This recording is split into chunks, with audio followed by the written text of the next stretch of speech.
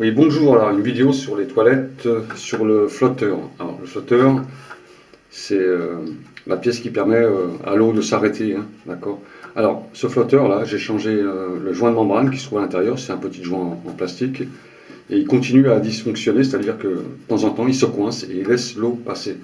Alors ça peut être embêtant, car si vous sortez, vous laissez votre chasse d'eau, enfin le robinet allumé, si elle se remet à se coincer, l'eau va continuer à s'écouler.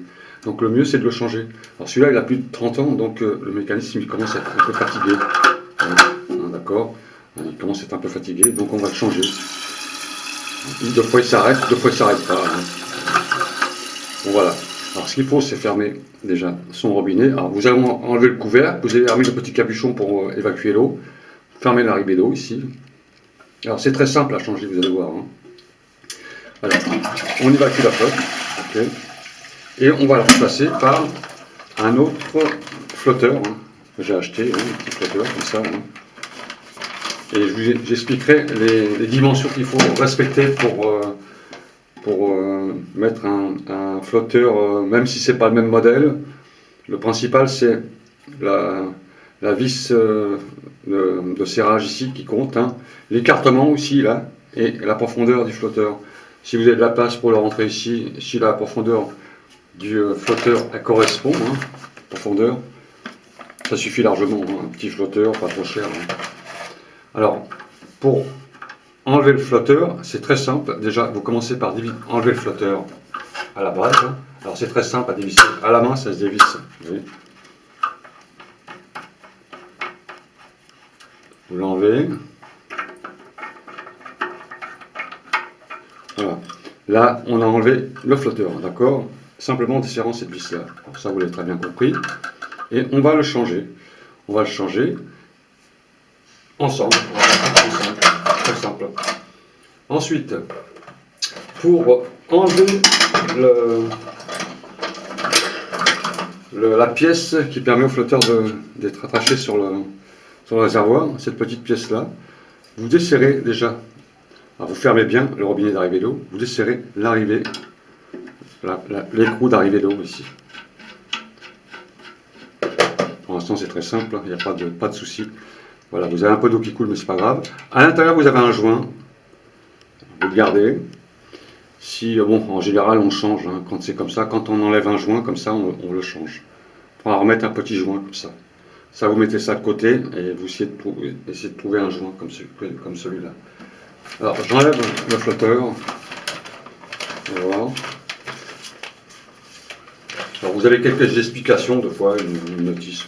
En général, là-dessus, c'est pas la peine. Vous voyez cette pièce, hein, elle va rentrer là, d'accord?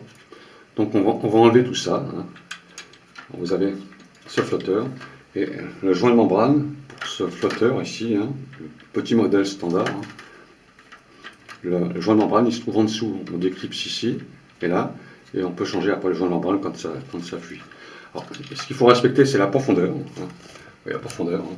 Vous voyez, il faut que le flotteur, là il va être comme ça, d'accord, il faut qu'il ne touche pas le fond, hein. Il faut qu'il soit dans le vide en bas, hein.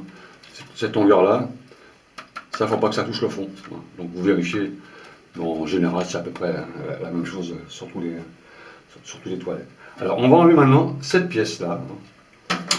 Cette pièce-là, il n'y a pas besoin de clé là-dessus, hein. Avec simplement une pince, on desserre cet écrou là. Voilà, c'est juste serré là-dessus. Voilà. Alors regardez bien ce que vous faites pour comprendre. Voilà. On va desserrer ça.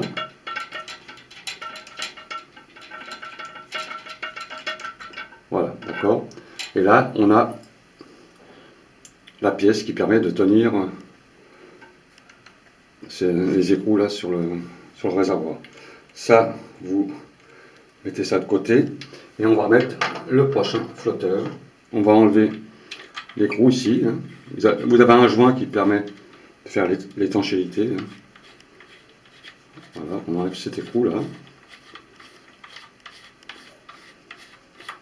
Voilà, et on remet le flotteur ici, à sa place. Ok, avec cet écrou-là.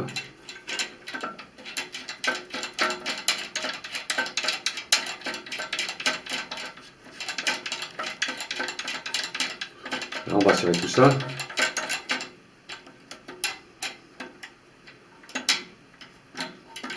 Bon, maintenant. Il faut le mettre bien droit, hein, debout comme ça, bien d'équerre, hein, toujours pas de travers, hein, pas comme ça, hein, toujours bien droit comme ça, vous vérifiez en vue de face s'il est bien d'équerre. Voilà. Là, on a mis sa pièce, on va la serrer avec simplement la pince, là, ça suffit. Hein.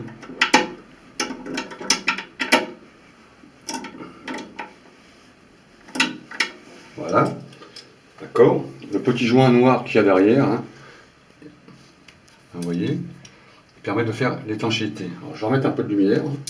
Donc voilà, j'ai desserré un peu là, hein, pour laisser un peu de jeu, de façon que ça vienne bien droit ici, pour pas foirer le pas de vis ici.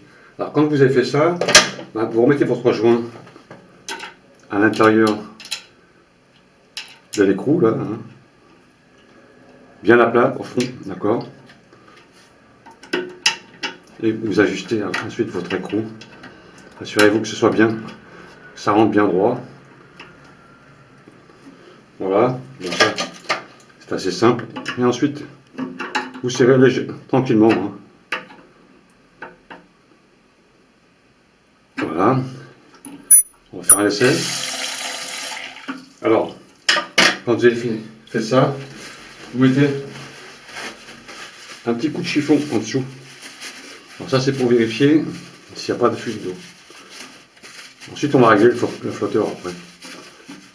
Ça correctement, bien séché. Vos mains aussi. Il faut bien sentir s'il y a de la flotte.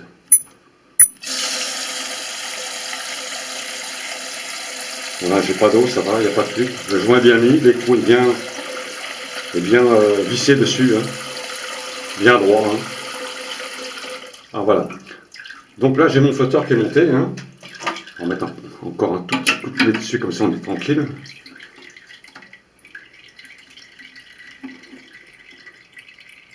Voilà. Très bien. Alors voilà, donc là j'ai mon flotteur qui est en place. Maintenant, je vais faire un essai et je vais voir si il est bien réglé. S'il est mal réglé, on va ici, à l'aide de cette petite vis sur le flotteur, ce qui permet de monter et de descendre le réservoir ici, le petit réservoir ici. Hein, avec cette vis, on règle le flotteur ici. Alors on va l'ouvrir. Voilà. Alors, le flotteur, il se remplit. Hein. On va voir s'il s'arrête.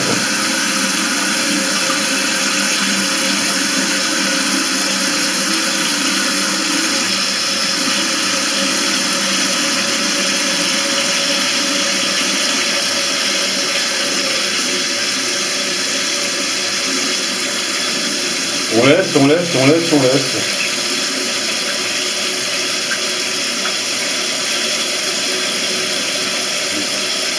La limite c'est là, hein, la limite.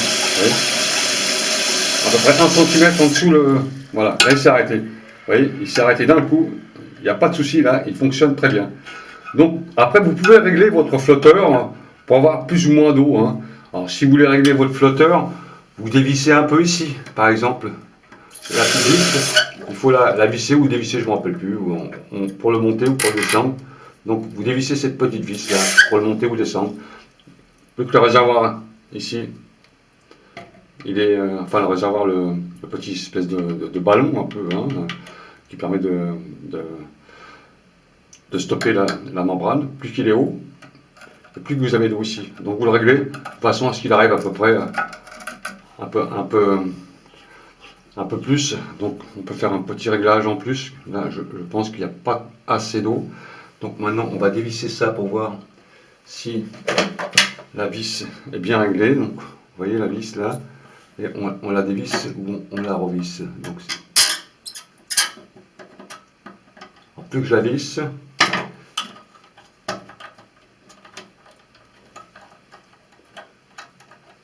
pour la visser ici, on continue comme ça.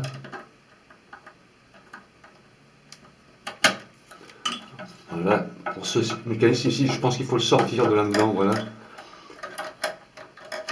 Et le visser comme ça. On sort le petit clapet, si c'est un modèle comme celui-là, et on le visse ou on le dévisse. Vous voyez, quand vous dévissez, s'il monte, s'il descend,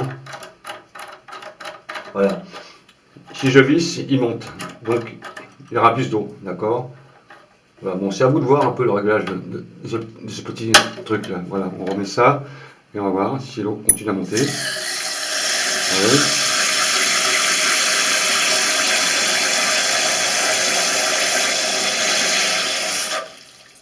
Stop, ok.